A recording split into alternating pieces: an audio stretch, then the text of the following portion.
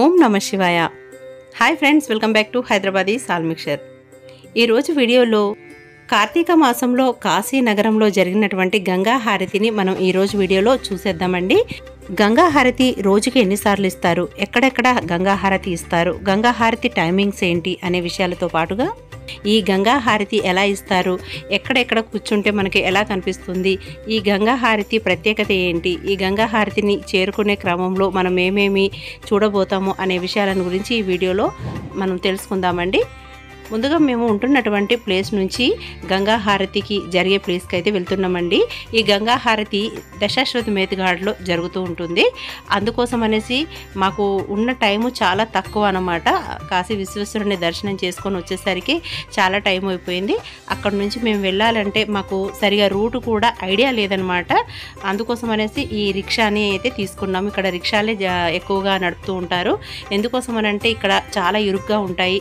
ఇందులో ఆటో రిక్షాలు కానీ, కార్లు కానీ, హెవీ వెహికల్స్ కానీ వెళ్ళడానికి ప్లేస్ అంటూ ఉండదు. అలాగే క్రౌడీగా కూడా ఉంటుంది కాబట్టి వెహికల్స్కి అయితే అలో ఉండదండి. ఆటో రిక్షాల వరకు అయితే ఓకే. అందుకోసం అయితే మేము ఈ రిక్షాలోనే వెళ్ళాము. మేము ఉన్న ప్లేస్ దగ్గర నుంచి ఈచ్ మెంబర్కి 30 రూపీస్ ఏమో తీసుకున్నారు. అది కూడా మధ్యలో వరకే దింపేస్తారండి. ఇక అక్కడ నుంచి మనం ఆటోమేటిక్గా వెళ్ళొచ్చు. ఎందుకనంటే అక్కడ వెళ్ళే వాళ్ళందరూ కూడా గంగా హారతికే వెళ్తూ ఉంటారన్నమాట. వాళ్ళను ఫాలో అయిపోయినట్లయితే మనకు ఈ గంగా హారతి జరిగే దశాశ్వమేధ్ ఘాట్కి అయితే మనం ఈజీగానే రీచ్ అవ్వచ్చు.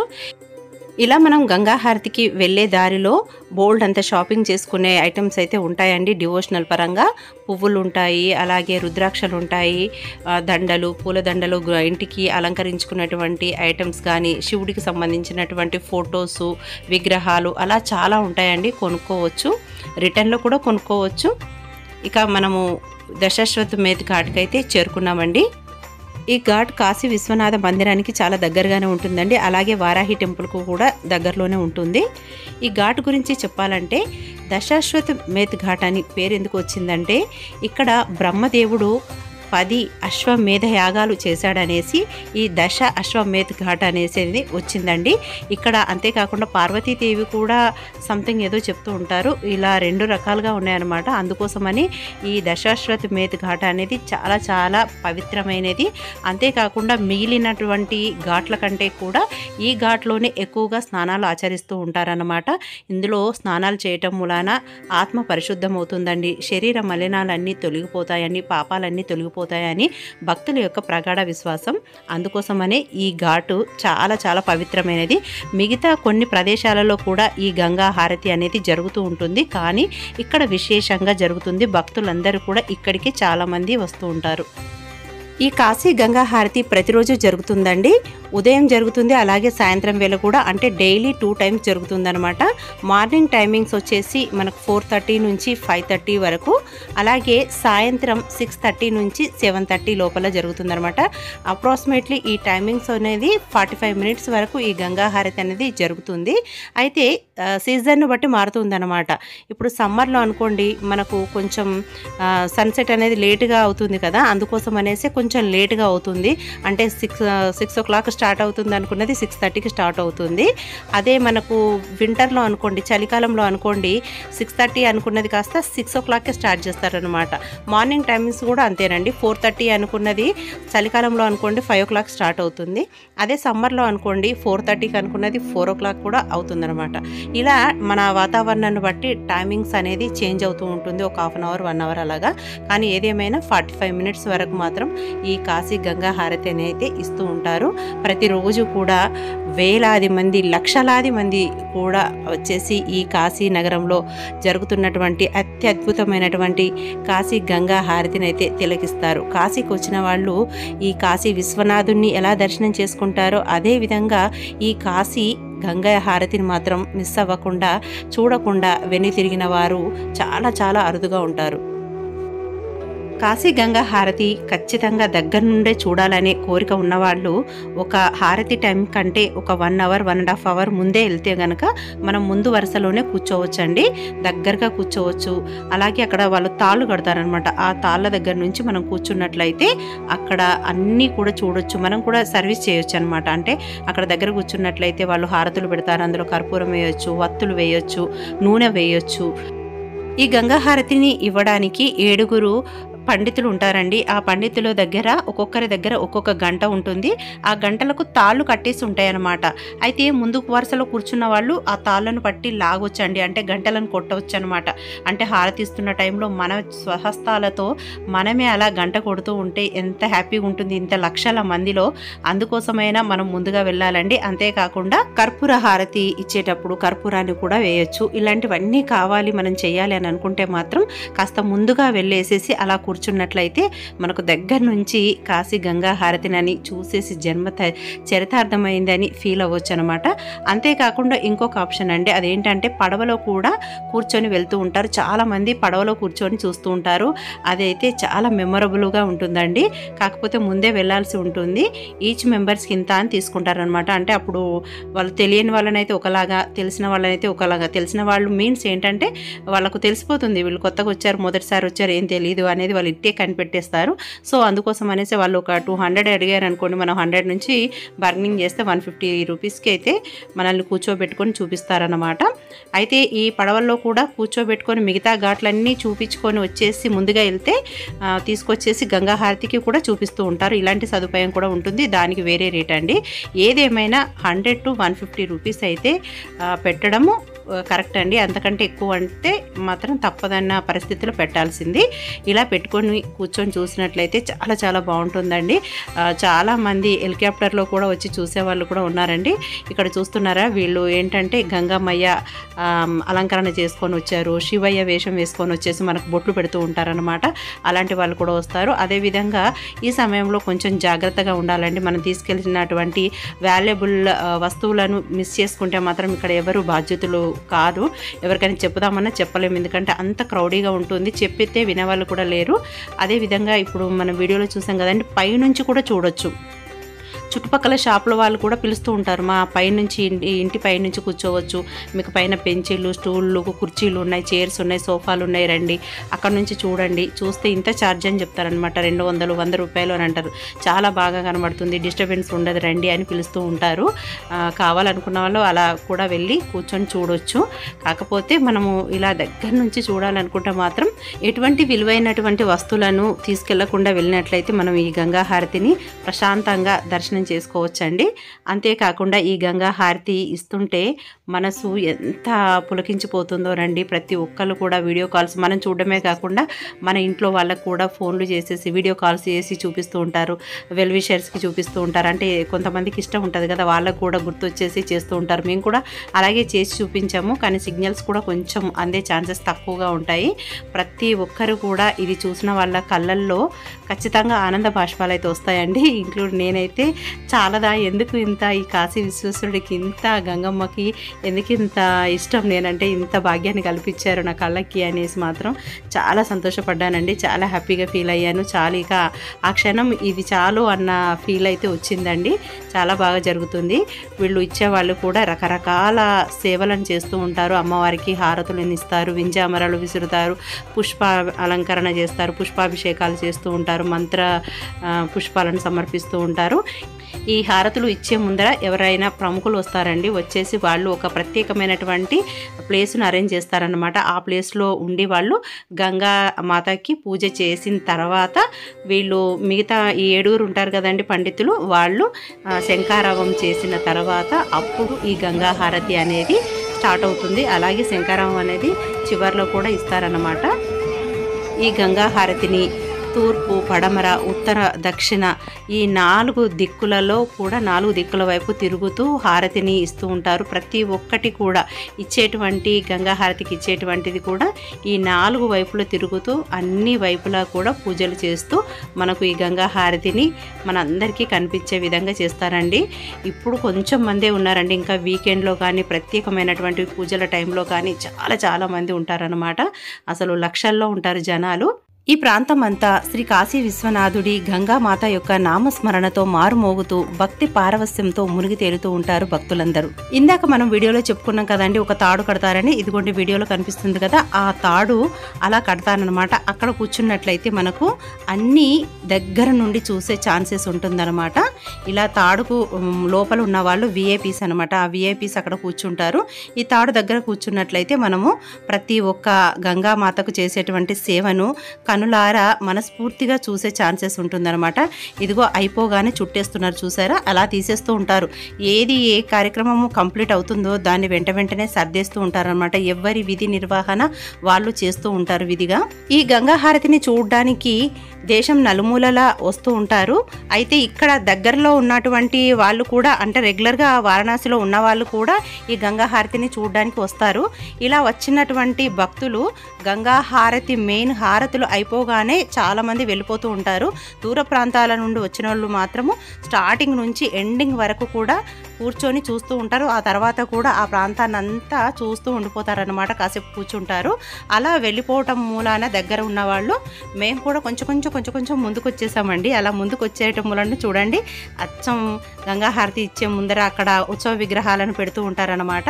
ఆ పెట్టిన ప్లేస్కి అయితే రాగలిగామండి. దగ్గర నుండి చూడడం ఎంత అదృష్టం అనిపించిందో. అంటే విఐపీలు కూర్చున్న దగ్గర, అక్కడ విఐపీలు ఆరెంజ్ కలర్లో పెట్టుకున్నారు చూసారా, అలా అక్కడ వరకు కూడా మేము రాగలిగాం అనమాట. అంటే తాడు లోపలి భాగం వరకు వచ్చేసాము.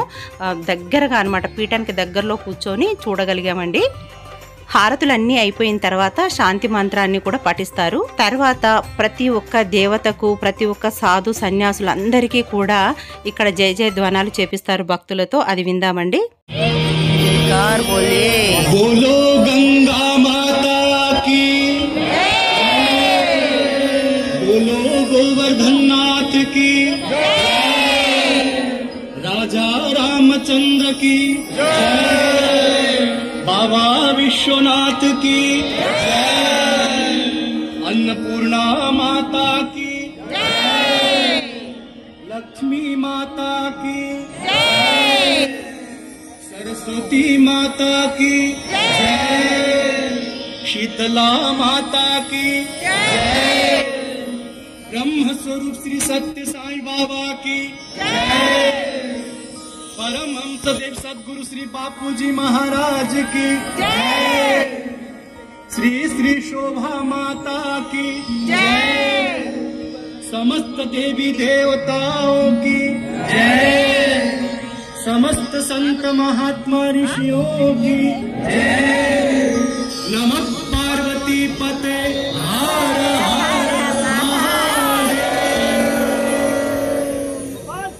ఇలా వారణాసిపురంలో ఉన్నటువంటి ప్రతి ఒక్క దేవీ దేవతలను స్మరించుకున్న తర్వాత ఒక్కొక్కరుగా ఇక్కడికి వచ్చేసి ఆ స్వామివారి అమ్మవారి కృపకు పాత్రలు అవ్వడానికి ఆశీర్వాదం కోసం అయితే ఇక్కడ నిలుస్తారు. అయితే ఇంతటితోనే మనకు ఈ పూజా హారతి కార్యక్రమం అనేది కాలేదండి. పుష్పాంజలి సమర్పించి మిగతా వాళ్ళంతా ఆర్ఘ్యాన్ని సమర్పించడం కోసం అనేసి పంతులు గారులు అందరు చూడండి, మీకు వీడియోలో తెలుస్తుంటారు, అక్కడ సమర్పించేసి మళ్ళీ వస్తారనమాట. అందరూ వచ్చేసిన తర్వాత అందరితోటి నామస్మరణ అనేది చేపిస్తూ ఉంటారు. భజన కార్యక్రమం చేపిస్తారండి కాసేపు. చాలా అద్భుతంగా ఉంటుంది. మనకు రాని భాష అయినా కానీ, రాని రాగమైనా కానీ మనం వాళ్ళతో కలిసి చాలా చక్కగా పాడతాము. చూడండి విందురు కానీ.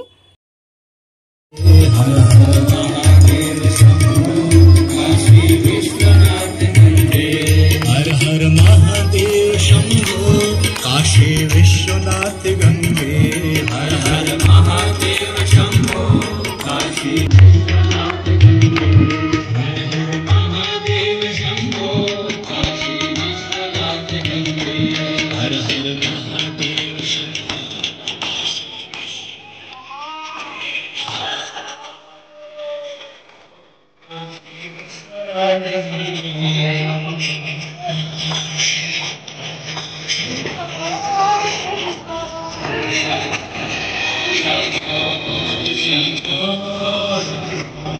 नमः पार्वती पते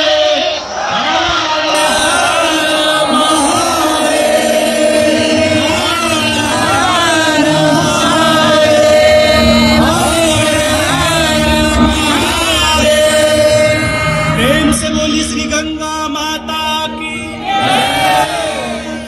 గంగాహారతి కంప్లీట్ అవ్వగానే అమ్మవారి యొక్క ప్రసాదం కోసం ప్రతి ఒక్కరూ తీసుకోవడానికి ముందుకొస్తారన్నమాట. ఇక్కడ పువ్వులను కూడా పంచుతూ ఉంటారు దేవుడి దగ్గర అలంకరించినవి. అంతేకాకుండా ఇక్కడ పెట్టినటువంటి విగ్రహాల యొక్క హారాలు ఉంటాయి కదండి, పూలదండలు ఉంటాయి కదా, అక్కడ వచ్చినటువంటి విఐపీలకు వేసేసి వేద ఆశీర్వచనం కూడా ఇస్తూ ఉంటారు. ప్రసాదం అందరికీ అందేలాగా ఇస్తారండి, కానీ మనం ఆగం కదా, జనాల మీద పడ్డట్టుగానే తోసుకుంటూ మరీ వెళ్తాము. చాలా అందరికీ కూడా ఫ్రీగానే పంచుతూ ఉంటారు. ఇలా ప్రసాదం తీసేసుకున్న తర్వాత ఇక మిగిలినటువంటి స్వాములు కూడా వస్తారు కదండి, అక్కడ ఉన్నటువంటి వాళ్ళు కూడా పూజ కార్యక్రమం చేసేసుకుంటారు. మేము వచ్చినప్పుడు అరవం వాళ్ళు మరి తమిళియన్స్ వాళ్ళైతే స్వాములు వచ్చారండి, వాళ్ళు స్వామివారిని అమ్మవారిని స్తుతించారు. అది మాకు అర్థం కాలేదు, కానీ అక్కడ ఉన్న సిచ్యువేషన్ మాత్రం అర్థమైందండి. ఇక్కడ గంగా మాతకి దీపాలు వదులుకోవడానికి వాళ్ళే డొబ్బల్లో దీపాలు వెలిగించి పువ్వులను కూడా వేసి పసుపు కుంకుమ అన్నీ వేసేసి అమ్ముతూ ఉంటారండి. 10 రూపాయలు లేదంటే 20 రూపాయలు, అంతకంటే ఎక్కువ ఉండదండి, చాలా తక్కువగానే ఉంటుంది. అక్కడికి వెళ్ళిన తర్వాత మనము దీపాలకు వదులుకోకుండా ఎలా తిరిగి వస్తాం చెప్పండి. ప్రతి ఒక్కరు కూడా ఇక్కడ దీపాలను తీసుకొని, అంటే పడవలు ముందుకు వచ్చి ఉంటాయండి, చాలా జాగ్రత్తగా వెళ్ళాల్సి ఉంటుంది. అలా వెళ్ళేసి వదులుకుంటే చాలా హ్యాపీగా అనిపిస్తుంది. కార్తీక మాసంలో ఇలా గంగామాతకు నేరుగా దీపాలను వదలడం అనేది చాలా చాలా అద్భుతం అనిపించిందండి. అయితే ఇక్కడ బీహార్లో కార్తీక మాసం ఏంటంటే పౌర్ణమి నుంచి పడతారండి. మనమైతే అమావాస్య, దీపావళి అమావాస్య నుంచి కదా, మన దక్షిణాది ప్రాంతంలో ఈ తెలుగు రాష్ట్రాలలో మనము అమావాస్య, దీపావళి అమావాస్య నుంచి కార్తీక మాసాన్ని మనము నెలగా కట్టుకుంటాం కదా. వీళ్ళు మాత్రం కార్తీక అమావాస్య కంటే ముందు 15 రోజుల ముందు నుంచే కార్తీక మాసాన్ని లెక్క కడతారండి. ఇలా మేము కూడా ఈ కార్తీక మాసంలో ఇలా దీపాలు వదలటం అంటే చాలా చాలా సంతోషం అండి. అంటే ఇన్ని సంవత్సరాల జీవితంలో నేరుగా కాశీ గంగలోనే మేము ఇలా కార్తీక మాసంలో ఇలా దీపాలు వదులుతున్నాం అని అంటే చాలా అసలు చెప్పలేని మాటల్లో చెప్పలేని ఆనందం అన్నమాట. ఇలా కొంచెం దిగేటప్పుడు బోట్లు ఉంటాయండి, చాలా జాగ్రత్తగా వెళ్ళాలి. అక్కడ బోటు వాళ్ళు కూడా మనకు సహకరిస్తారు. ఇప్పుడు మనం చూస్తున్న బోట్లలో ఇప్పటి వరకు కూడా జనాలు అందరూ కూర్చొని ఉన్నారండి. మనకు ఎలా కావలిస్తే అలా పూజ చేసుకునే వీలుబాటు కూడా ఉంటుందండి. హారతి అయిపోయిన తర్వాత ఫ్రీగానే ఉంటుంది. చాలా చక్కగా మనము మనస్ఫూర్తిగా పూజను కూడా చేసుకోవచ్చు.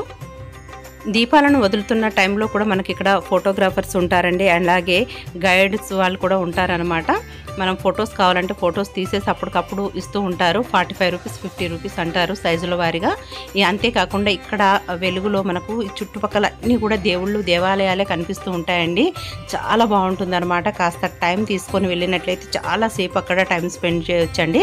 అంతేకాకుండా అక్కడ లెమన్ టీ ఉంటుందండి, అలాగే బేల్పూర్ మిక్సర్ కూడా అమ్ముతూ ఉంటారు. 10-20 రూపాయల్లోనే కాబట్టి చిన్నగా కొనేసుకొని అక్కడే కూర్చొని తింటూ, అలాగే ఈ గ్రీన్ టీ అది తాగుతూ, లెమన్ టీ అది తాగుతూ కూర్చుంటారు చాలామంది. ఇక్కడ దేవతలను కూడా దర్శనం చేసుకుంటారు. ఇప్పుడు కూడా మనకు బోల్డ్ అంత షాపింగ్ ఉంటుందండి, అంటే చేతికి కాశీ దారాలు కట్టుకోవడానికి అలాంటివి అన్నీ కూడా ఉంటాయండి. ఇక్కడ దర్వాజాలకు తగిలిచ్చేసుకున్నటివి పసుపు కుంకుమ అలాంటివి ప్రతి ఒక్కటి గంగా వాటర్ అనేసి దొరుకుతూ ఉంటాయి, కొనుక్కోవచ్చు, షాపింగ్ చేసుకోవచ్చు.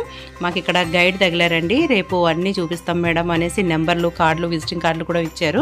కానీ ఇక్కడ ఎవరిని నమ్మాలో ఎవరిని నమ్మకూడదో తెలియట్లేదు. మేము అన్నీ ప్రతి ఒక్కటి మీకు ఎక్స్ప్లెయిన్ చేస్తామండి, అంటే ఘాట్లన్నీ చూపిస్తాము. ఘాట్లు ఎలా వెళ్ళాలి, ఎలా చూడాలి, ఇక్కడ ఎలా మోసం చేస్తారనే విషయాలను గురించి కూడా ఆయన బాగా ఎక్స్ప్లెయిన్ చేశాడు. మాకు బాగా హెల్ప్ అయిందండి. కానీ నెక్స్ట్ డేకి మాకు ఈయన నెంబర్ కాంటాక్ట్ పోయిందనమాట. తర్వాత మేము చూసేసి వస్తున్న టైంలో పాపం ఆయన కలిసి మేడం మీరు వస్తారని ఎక్స్పెక్ట్ చేశాను అని అంతమందిలో మళ్ళీ కలవడం, మళ్ళీ అడగటం మాకు కొంచెం అనిపించింది. ఆయన బాగా ఎక్స్ప్లెయిన్ చేశాడు. ఆయన చెప్పిన దాన్ని బట్టే మేము ఆ ఘాట్లన్నీ పూర్తిగా అడిగి తెలుసుకున్నాం. లేదంటే మాకు హాఫ్ ఘాట్లే చూపించేవారు ఇవే అనేసి. మేము మన ఛానల్లో కూడా అండి కాశీలో ఉన్నటువంటి కాశీ ఘాట్ల విశేషాలను ప్రతి ఒక్కటి క్లియర్గా తెలియజేయడం అయిందండి. దాన్ని డిస్క్రిప్షన్లో పెడతాను, చూడండి లింక్ని. అలాగే మనకు కాశీ ప్లేలిస్ట్ కూడా ఉందండి, అది కూడా పెడతాను, చెక్ చేయండి. పరమ పవిత్రమైనటువంటి గంగా హారతిని కాశీకి వెళ్ళినప్పుడు మిస్ కాకుండా గంగా హారతిని అయితే తిలకించండి. ఇక ఈ గంగా హారతి మీకు నచ్చిందనేసి నేను అనుకుంటున్నానండి. ఈ వీడియో కనుక మీకు నచ్చినట్లయితే లైక్ చేయండి, అలాగే మీ బంధుమిత్రులందరికీ ఈ వీడియోని షేర్ చేయండి. కమెంట్ సెక్షన్లో ఓం నమ శివాయ గంగామాతకి జై అనేసి మీ ఇష్టమైనటువంటి కామెంట్ని అయితే స్మరించి చేయండి. మరో మంచి వీడియోతో మళ్ళీ కలుస్తాను. అంతవరకు అందరూ బాగుండాలి, అందులో మనం ఉండాలి. సర్వే జన సుఖినో భవంతు. స్వస్తి.